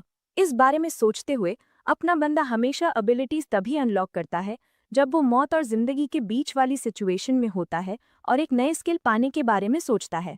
वैसे भी वो पहले लाशों को ठिकाने लगाने का सोचता है और जीरा की तलाशी लेता है कुछ अजीब चीज ढूंढने के लिए। अपने बंदे के हाथ वो पर्पल पोशन की बोतल लग जाती है, और उसी पल उसका शक सच में बदल जाता है जब उसे ये पक्का हो जाता है कि उन्होंने ये पोशन गलती से हासिल नहीं किया था, बल्कि कोई ग्रुप में ये चीजें बना रहा है। उस पोशन की बोतल को पकड़कर राय को अजीब सा एहसास होता है कि अकेडमी में हर जगह खतरा और मुसीबत है। भले ही वो विंसफोर्ड और सर के पर भरोसा कर सकता है, उसे संभल कर चलना होगा और आसपास के लोगों पर भरोसा नहीं करना होगा। वो ये भी सोचता है कि हो सकता है ये पोशन अकेडमी में ही बनाया गया हो, जो अपने आप में खतरों से भरा है। शैडोज लगता है अकेडमी में घुस चुके हैं, फिर भी स्टूडेंट्स को इसका जरा सा भी अंदाजा नहीं है कि ये उनकी जान खतरे में डाल सकता है। जब दो सबूत मिटाने के लिए जीरा की बॉडी को जला देता है, राय को शक होने लगता है कि इसका एक ही मतलब हो सकता है कि बड़े लोग जानबूझकर उसे छिपा रहे हैं। ये हेड नाइट्स या 6 एल्डर्स भी हो सकते हैं। उसके बाद राय जे के पास जाता है और उसे तलवार देने के लिए थैंक यू बोलता है और पूछता है कि वो ठीक है या नहीं। जे कहता है कि वो ठीक है और बताता है कि उसकी बेबी यानी तलवार रे पर अच्छी लग रही है, और पूछता है कि क्या वो सच में एक मेज है। अपना बंदा मानता है कि उसे थोड़ा जादू आता है, जबकि जे उसकी तारीफ करता है और सोचता है कि ये कितना ऑसम है, क्योंकि उसने कभी कोई ऐसा मेज नहीं देखा जो उसकी तरह लड़ सके। राय फिर उम्मीद करता है कि वो अपनी ताकत को सीक्रेट रख पाएगा और उससे प्रॉमिस करता है कि मौका मिलने पर वो सब कुछ एक्सप्लेन करेगा। जे उसे यकीन दिलाता है कि वो समझेगा। आखिरकार राय ने उसकी जान बचाई है। अपनी आंखों में डिटर्मिनेशन के साथ वो बड़ा सा लड़का अपनी जिंदगी उसके नाम कर देता है और लाल बालों वाले लड़के से कहता है कि जब भी उसे मदद की जरूरत हो बस एक बार बोल दे और वो उसके लिए नर्क की आग में भी कूद जाएगा। लेकिन अपना बंदा कहता है कि इसकी कोई जरूरत नहीं है और उसे कंपटीशन से पहले अपने घाव ठीक करवाने का सुझाव देता है। अपने वुल्फ को बुलाकर वो जे को बताता है कि नोआर यानी वुल्फ उसे इन्फर्मरी तक ले जाएगा। ये देखकर ग्री के होश उड़ जाते हैं और उसका मुंह खुला का खुला रह जाता है जब उसे पता चलता है कि राय तो जानवर भी समन कर सकता है और उसे बुरा लगता है कि वो राय को हराने के बारे में सोच रहा था। नुआर कर बैठकर वो जे से पूछता है कि क्या उसे हीलिंग की जरूरत नहीं है, लेकिन अपना बंदा इस बारे में काफी चिल लगता है और कहता है कि उसका कॉन्स्टिट्यूशन थोड़ा स्पेशल है, इसलिए वो कल तक ठीक हो जाएगा। जाते हुए वो नुआर को एक अलग रास्ते से जाने को कहता है जहां लोग उसे ना देखें, जिससे जे हैरान हो जाता है कि ये जानवर उसके ऑर्डर्स भी मानता है। अगले दिन रे अपनी आर्मर रिपेयर करवाने के लिए वेपन शॉप जाता है जो शाम तक ठीक हो जाएगी। जब वो गुजर रहा था तो लोग उसके बारे में बातें करने लगे थे क्योंकि वो रे को पहचान जाते हैं, वही लाल बालों वाला लड़का जो कंपटीशन में शामिल हुआ था। लेकिन वो धीरे बोलते हैं ताकि कोई परेशानी ना हो, ये याद करते हुए कि वो कितना रूथलेस था। उनकी बातें सुनकर राय उन्हें नजरअंदाज करता है और सोचता है कि ये इंसान कितने अनजान है। उसके बाद वो एक कमरे में जाता है और शीशे के सामने खड़ा हो जाता है। इसके साथ अपना बंदा अपना नया ग्लैमर स्किल ट्राई करने का सोचता है। हैरानी की बात है कि स्किल उसे एक नए इंसान में बदल देता है जिसके काले बाल और ग्रे आंखें हैं। कुछ लड़कियां टूर्नामेंट ग्राउंड की तरफ जाते हुए आपस में डिस्कस कर रही हैं कि उन्हें कंपटीशन देखना चाहिए या नहीं, क्योंकि उन्होंने अभी तक अपना हंटिंग मिशन पूरा नहीं किया है। वो जानती है कि इस साल सेकेंड ईयर्स काफी स्ट्रांग है, जिसका मतलब है कि इस साल फाइनल्स एक अलग लेवल के होंगे और उन्हें ये भी देखना है कि नोबल्स किस तरह के नाइट्स को सबसे ज्यादा पसंद करते हैं ताकि वो भी उसी डायरेक्शन में काम कर सके। जब वो बातें कर रही होती हैं, एक काले बालों वाला लड़का उनके पास से गुजरता है और वो उसकी खूबसूरती की तारीफ करती हैं। उसकी एक झलक से ही फिदा हो जाती हैं। पता चलता है कि ये रे है और वो सोचता है कि ग्लैमर के अंडर रहते हुए उसे हर घंटे 5 माना पॉइंट्स खर्च करने होंगे और उसके करंट माना से वो अगले 8 घंटों तक इसे मेंटेन कर सकता है, जब तक कि वो लड़ाई ना करे। लोग उसके पास से गुजरते हुए उसकी तारीफ करते हैं, जबकि वो सोचता है कि ये कितना आसान होने वाला है क्योंकि वो अकेले काम कर रहा है। ये कहने के साथ ही उसे याद आता है कि कैसे कोई उसे कम सिल्वर कॉइन्स में हीलिंग पोशन ऑफर कर रहा था क्योंकि वो एक एडवेंचरर है, जबकि दूसरा उसे एक सराय ऑफर कर रहा था जहां से टूर्नामेंट का शानदार व्यू मिलता है, वो भी कम दाम में। इतना हैंडसम होने पर अपने बंदे को एहसास होता है कि ये उतना आसान नहीं है जितना उसने सोचा था और सोचता है कि ये कितना अजीब है कि लोग उसके साथ अलग तरह से बिहेव कर रहे हैं बस इसलिए कि उसने अपना अपीयरेंस बदल लिया है। उसके हिसाब से इस दुनिया की सोच बहुत ही अजीब और पथेटिक है। तभी उसे सिल्विया दिखती है और जैसे ही वो भीड़ में से रास्ता बनाते हुए उसका नाम पुकारता है, वो उसे हैरानी से देखती है और उसी पर राय को समझ आता है कि अब वो लाल बालों वाला लड़का नहीं रहा। सिचुएशन को संभालने के लिए वो उसे बताता है कि वो जानता है कि वो उन कॉम्पिटिटर्स में से एक हैं जिन्होंने प्रीलिम्स पास किया है और वो हार्ट फैमिली से है।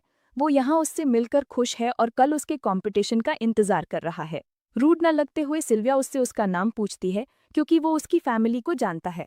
तभी राय अपने अतीत में एक ड्रैगन के रूप में खो जाता है।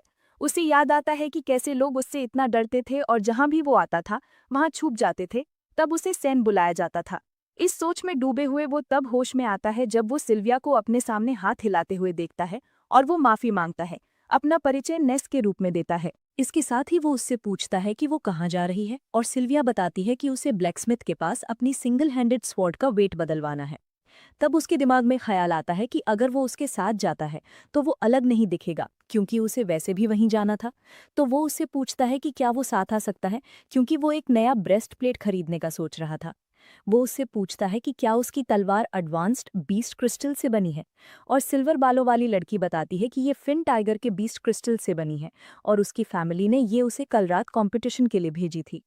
जब वो तलवार की तारीफ कर रही होती है, अंदर ही अंदर राय को एहसास होता है कि नोबल्स और आम परिवारों के बच्चों के लिए ये कैसा होता है जिन्हें ऐसी चीज सालों की मेहनत के बाद ही मिल पाती है। ये जानते हुए कि वो एक एडवेंचरर है, सिल्विया फिर सवाल करती है कि क्या वो अक्सर खतरनाक जगहों पर जाता है। और नेस्ट जवाब देता है कि वो मिशंस के लिए बॉर्डर के पास की जगहों पर जाता है, जिससे वो सोचने लगती है कि क्या उसकी फैमिली कभी इसकी इजाज़त देगी, क्योंकि ये बहुत खतरनाक है। ये जानते हुए कि उसे बाहर निकलने का मौका शायद ही मिलेगा, सिल्विया बताती है कि एकेडमी छोड़ते ही उसे अपने परिवार के पास वापस जाना होगा, इसलिए उसे एडवेंचरर्स की आज़ादी से जलन होती है। लेकिन ये शब्द राय को एक दर्दनाक याद दिलाते हैं, जहाँ उसके पिता, जो एक एडवेंचरर थे, अपनी जान गंवाने के बाद बेजान पड़े थे। निराशा से वो उससे कहता है, यहाँ किसी को पूरी आज़ादी नहीं है। इसके साथ ही उन्हें एक धमाके की आवाज़ सुनाई देती है और चिंता होने लगती है कि क्या हुआ है। लोग उनके पास से भागते हुए चिल्लाते हैं कि आग लगी है, और वो दोनों अंदर की तरफ भागते हैं। जिस जगह धमाका हुआ था, वो आदमी जिसकी बिल्डिंग आग में जल रही है, पूरी तरह से टूट चुका है। अपना बंदा नेल्स के भेष में और सिल्विया भीड़ में से रास्ता बनाते हैं, जब उन्हें पता चलता है कि एक व्यापारी की गाड़ी पहले सराय के पास रुकी थी और लगता है कि उसमें 20 क्रिस्टल्स थे। कुछ देर बाद धमाका हो गया। जब रे नागरिक से पूछता है कि क्या व्यापारी ठीक है, तो वो आदमी बताता है कि उसे इन्फर्मली भेज दिया गया है। इस बीच आग के पास खड़ी एक औरत जोर जोर से रो रही है, क्योंकि उसके 2 बच्चे बिल्डिंग के अंदर फंसे हुए हैं। बच्चों के लिए चिंतित सिल्विया उन्हें बचाने के लिए जल्दी करती है, लेकिन राय उसका हाथ पकड़ लेता है और कहता है कि वो अंदर नहीं जा सकती। एक लंबी सांस लेते हुए अपना बंदा उसकी जगह जाने का फैसला करता है, और सिल्विया अपनी चिंता जताती है, कहती है कि वो जल जाएगा। लेकिन अपना बंदा उसे यकीन दिलाता है कि उसे आइस मैजिक आती है। और इसके साथ रे आग को ठंडा करने के लिए फ्रॉस्ट वाइन कास्ट करता है। जबकि सिल्विया ये देखकर हैरान है कि वो एक मेज है। आग और तेज हो जाती है और राय बर्फ की एक परत से खुद को बचाते हुए बिल्डिंग के अंदर घुस जाता है। समय कम होने के कारण वो सोचता है कि उसे ये काम जल्दी करना होगा, क्योंकि आइस पावर्स के लगातार इस्तेमाल से उसका माना खत्म होने वाला है और उसकी असली पहचान सामने आ जाएगी। वो तुरंत ड्रैगन आई एक्टिवेट करता है और बच्चों को टॉप फ्लोर पर देख लेता है, उम्मीद करता है कि वो भागेंगे नहीं। इस बीच बाहर आग तेजी से फैलती है और पत्थर पास खड़े लोगों पर गिरने लगते हैं। जैसे ही एक पत्थर एक आदमी के सिर पर गिरने वाला होता है, उसी पल कोई आग बुझाने के लिए एक वाटर स्नेक कास्ट करता है। तभी सिल्विया देखती है कि ये उसका बड़ा भाई है, सोल्जर यूनिफॉर्म में, और वो उसे देखकर खुश हो जाती है। अपनी वाटर पावर्स का इस्तेमाल करते हुए वो कहता है कि काफ़ी टाइम हो गया। आग को इस हद तक कंट्रोल करके राय बच्चों को सुरक्षित बचा लेता है और बिल्डिंग से बाहर आने में कामयाब हो जाता है। माँ अपनी बच्चों के पास दौड़ती है और सिल्विया राय से पूछती है कि क्या वो ठीक है, उसे नैज कहकर बुलाती है। अपना बंदा ये पक्का कर लेता है कि अंदर कोई नहीं बचा। उसके बाद सिल्विया का बड़ा भाई दूसरों को बुलाता है और पूछता है कि क्या वो मदद नहीं करेंगे। हैरानी की बात यह है कि ये उसके 3 और भाई होते हैं, और उनमें से एक अपने भाई से कहता है कि वो चिल्लाना बंद करे, क्योंकि वो उसकी तरह तेज नहीं है। वो तीनों फिर अपनी छोटी बहन को सलाम करते हैं, और हैरानी की बात है कि उन तीनों भाइयों के पास भी वाटर एट्रीब्यूट्स लगते हैं, क्योंकि वो बाकी आग बुझाने के लिए अलग-अलग स्किल्स का इस्तेमाल करते हैं। उसके बाद वहां पहुंचा नाइट सिल्विया के भाई का शुक्रिया अदा करता है कि उसने आग को कोई नुकसान पहुंचाने से पहले कंट्रोल करने में मदद की।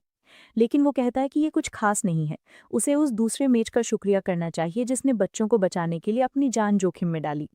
लेकिन राय अचानक गायब हो जाता है और बड़ा भाई सिल्विया से पूछता है कि वो कहाँ है, क्योंकि वो अभी कुछ सेकंड पहले यहीं था। ऐसा लगता है कि अपने बंदे को तुरंत भागना पड़ा, क्योंकि उसके माना पॉइंट्स खत्म होने वाले थे और वो अपने असली चेहरे में वापस आ गया। जोर से हाँफते हुए राय सोचता है कि बाल बाल बचा, लेकिन वो सही समय पर भाग निकला।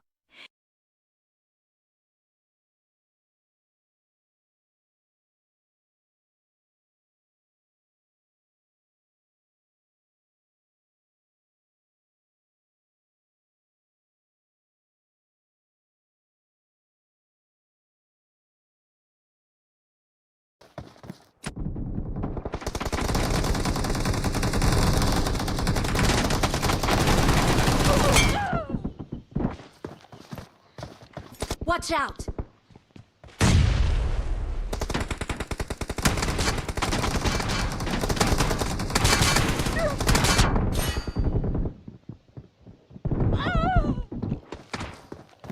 Watch out!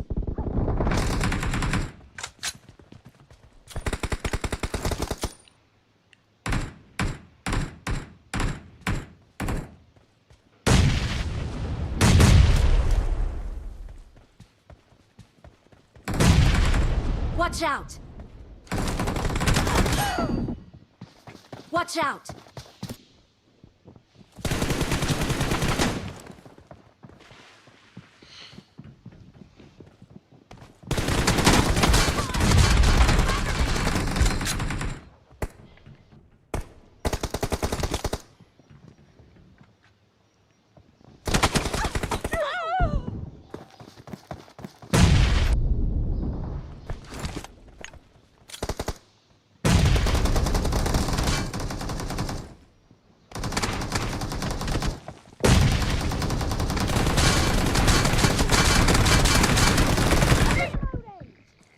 Marked a location. भाई गंदा मार रहे हैं यार, गंदा गंदा गंदा।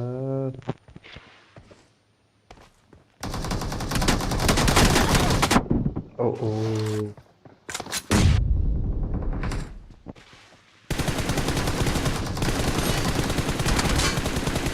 Cover me!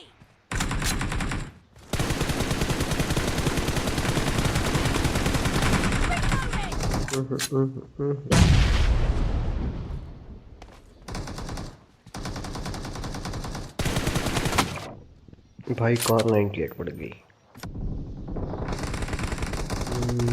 Killing spree for the blue team! Watch out! In the lead.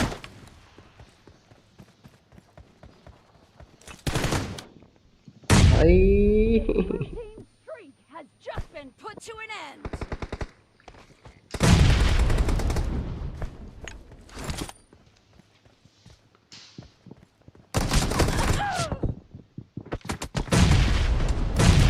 Watch out!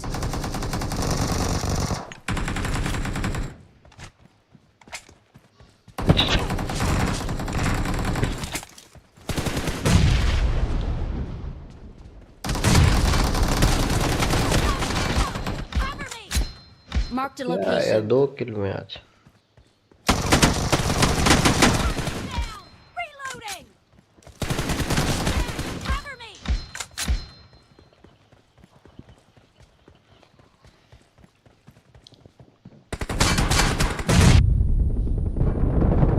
Marked a भाई location. मार मार मार मार। Watch out!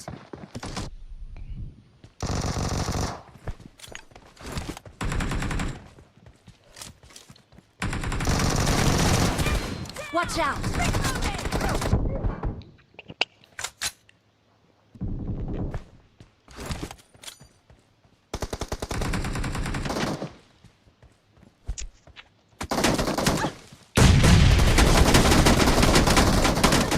Watch out! A lot of time left. Be careful.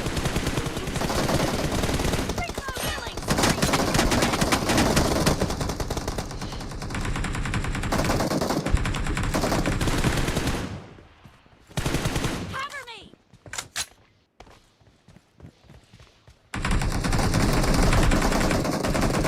Watch out! भाई गंदा मारा।